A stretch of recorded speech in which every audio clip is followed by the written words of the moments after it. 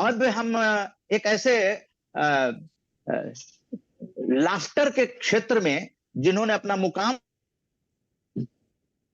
बनाया है, जो वाइस प्रेसिडेंट हैं दिल्ली लाफ्टर की, और नीलम वढेरा जी को हम सादर आमंत्रित करेंगे। हमारे विशेष अतिथि हैं नीलम वढेरा जी। हार्दिक स्वागत है। आज विजयादशमी के दिन हम लोग अपने अंदर से नकारात्मकता को खत्म करने की लगातार कोशिश कर रहे हैं और 9 साल से रोजाना नकारात्मकता से आजादी का अभियान चलाए हुए हैं। आज विजयादशमी के अवसर पर आपका स्वागत है। नीलम वढेरा जी, बहुत बहुत धन्यवाद पन्ना जी का। जय हिंद। जय हिंद, जय भारत। आज विजयदशमी के पावन थोड़ा सा बैक हो जाइए, मोबाइल को थोड़ा दूर कर लीजिए। हाँ, बिल्कुल ठीक है। हाँ, आज विजयदशमी के इस पावन पर्व पर यहाँ उपस्थित सभी महानुभावों का हार्दिक अभिनंदन और सबको जय हिंद, जय भारत। मैं चाहती हूँ सभी मेरे साथ 2 बार मिलके बोले। मैं बोलूंगी जय हिंद, आप बोलिएगा जय भारत। जय हिंद, जय भारत, जय भारत, जय हिंद, जय भारत, जय भारत। आज के सुंदर आयोजन के लिए मन्ना जी का हार्दिक साधुवाद। मेरा नाम नीलम वढेरा, जैसे कि मन्ना जी ने बताया है। सॉरी, हाँ नीलम जी, आपका थोड़ा कट रहा है, थोड़ा यूट्यूब पे लाइव हो रहा है तो पूरा फेस देखना चाहेंगे लोग। अब ठीक है? हाँ, अब ठीक है? हाँ, आप ठीक है इसी पोजीशन में जी। हाँ जी। मैं दिल्ली लाफ्टर क्लब की वाइस प्रेसिडेंट हूँ और लाफ्टर योगा इंटरनेशनल से सर्टिफाइड लाफ्टर एम्बेसडर हूँ। हमारा भी यही प्रयास है कि समाज में सकारात्मकता रहे, घर घर में खुशहाली हो, जो आरजेएस का प्रयास है। इसके लिए मेरा शत प्रणाम उदय मन्ना जी को और हार्दिक आभार और धन्यवाद सुमन त्यागी और सत्येंद्र त्यागी जी को, जिनके कारण मुझे इस मंच पर आने का अवसर मिला और अपने विचार रखने का अवसर मिला है। भारत देश त्योहारों का देश है। भारत देश त्योहारों का देश है, अनेकता में एकता का देश है। जितनी विभिन्न संस्कृतियां, विभिन्न कलाएं, विभिन्न भाषाएं भारत देश में हैं, उतनी शायद ही विश्व के किसी देश में होंगी। हमें गर्व है कि भारत हमारा देश है और हम भारतीय हैं। हमें गर्व है कि भारत हमारा देश है और हम भारतीय हैं। विश्व की इस महान संस्कृति भारत की एक गौरवशाली संस्था है आरजेएस पॉजिटिव, यानी राम जानकी संस्थान positively broadcasting house, positive broadcasting house, जो कि चहुं और सकारात्मकता और आनंद का वातावरण और खुशी और आनंद का वातावरण बनाने की ओर प्रयासरत है।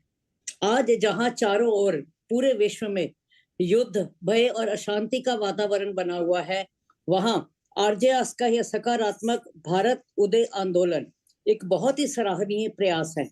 और इस प्रयास में आजादी के अमृत महोत्सव का आज 179वां वेबिनार है और इनके हर वेबिनार में विषय चुन कर लिया जाता है और नकारात्मकता पर सकारात्मकता का संदेश दिया जाता है।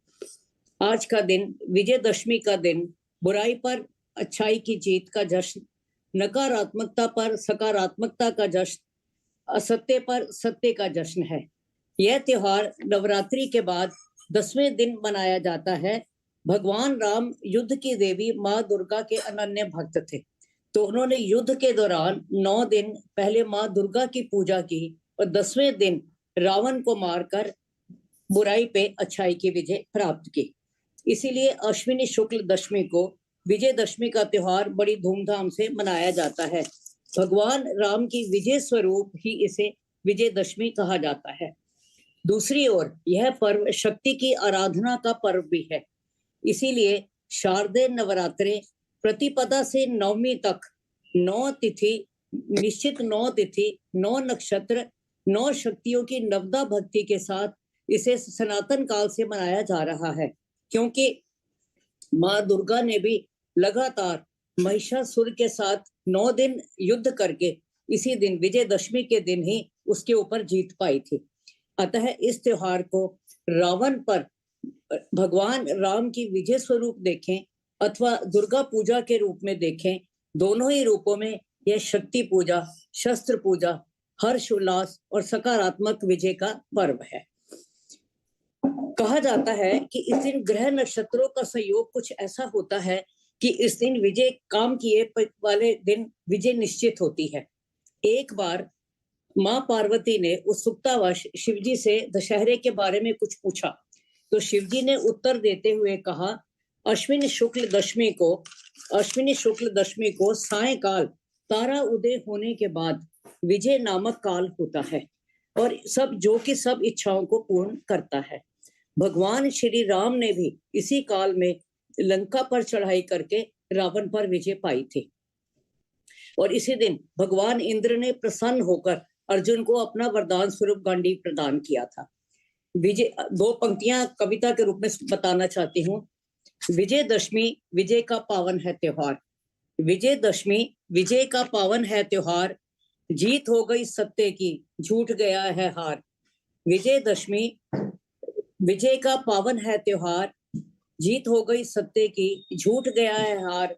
अच्छाई के सामने गई बुराई हार, अच्छाई के सामने गई बुराई हार। मनसा वाचा कर्मणा सत्य रहे भरपूर, मनसा वाचा कर्मणा सत्य रहे भरपूर।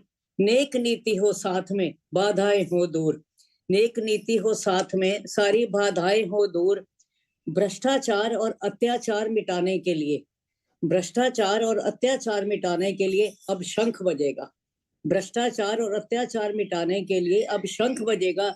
सकारात्मक भारत उदय आंदोलन से अब हर घर में राम निकलेगा, अब हर घर में राम निकलेगा।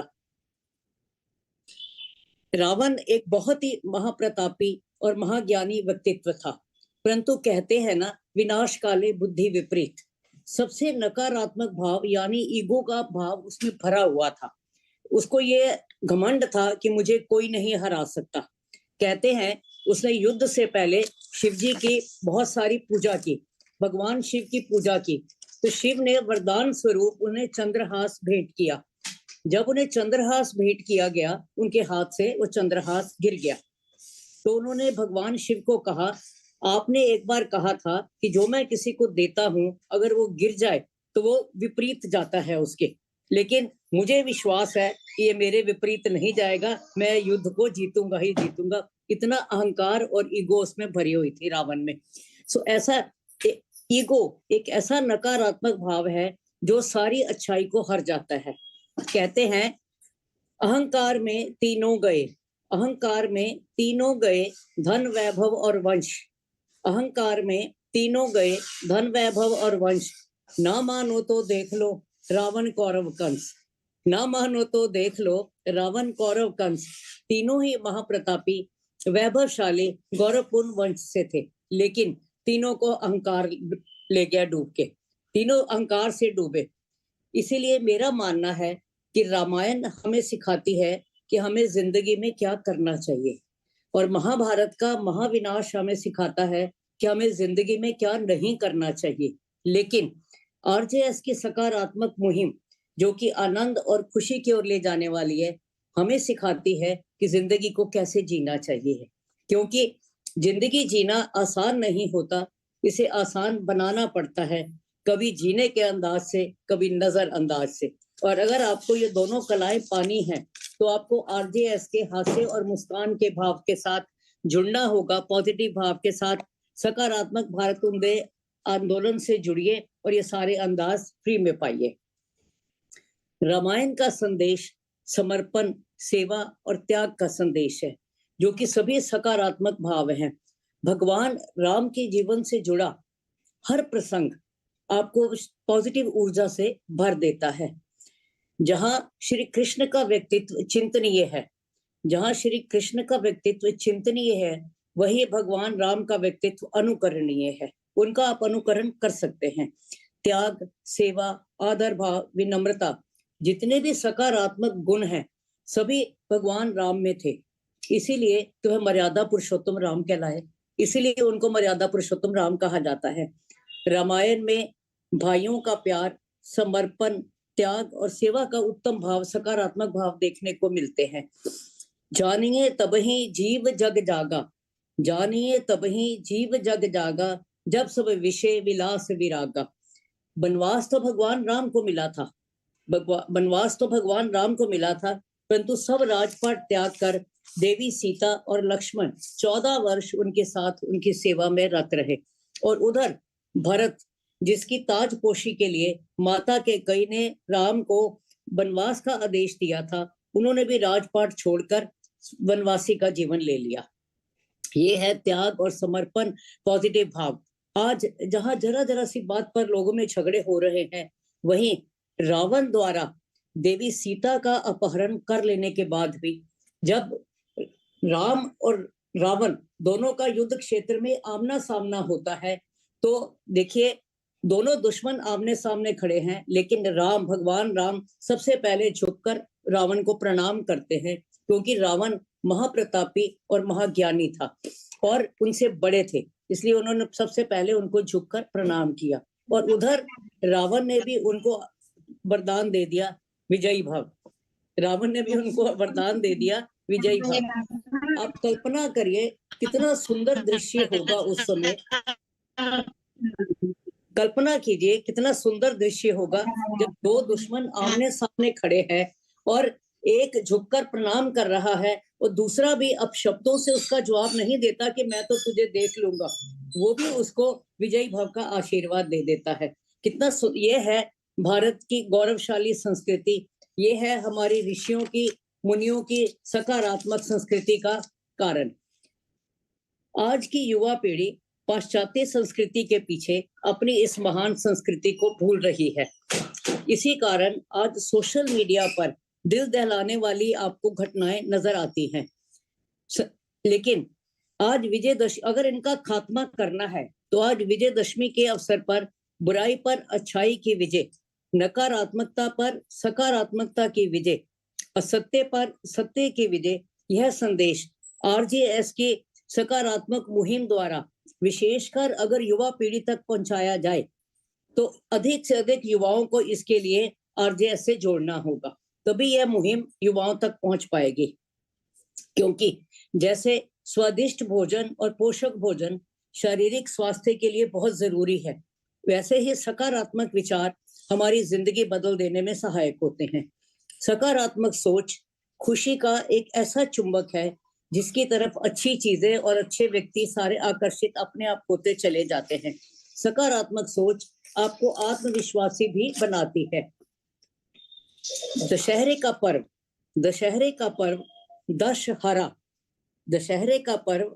दशहरा यानी 10 पापों को हरने वाला है, हमें प्रेरणा देता है 10 पापों को हरने की। काम, क्रोध, मद, मोह, लोभ। काम, क्रोध, मद, मोह, लोभ, मत्सर, अहंकार, आलस्य, हिंसा और चोरी जैसे 10 अवगुणों को हराने छोड़ने की प्रेरणा देता है। अब इन सब के लिए आपको करना क्या है? इन सब बुरे भावों को छोड़ने के लिए करना क्या है? बहुत ही सिंपल उपाय है, बहुत ही सिंपल और सरल उपाय है।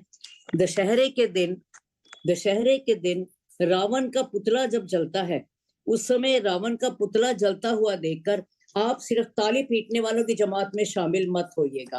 रावण का पुतला जलता हुआ देखकर ताली पीटने वालों की जमात में शामिल मत होइएगा, बल्कि उस समय अपना एक बुराई का छोड़ने का संकल्प लीजिएगा। उस समय अपनी एक बुराई छोड़ने का संकल्प लीजिएगा।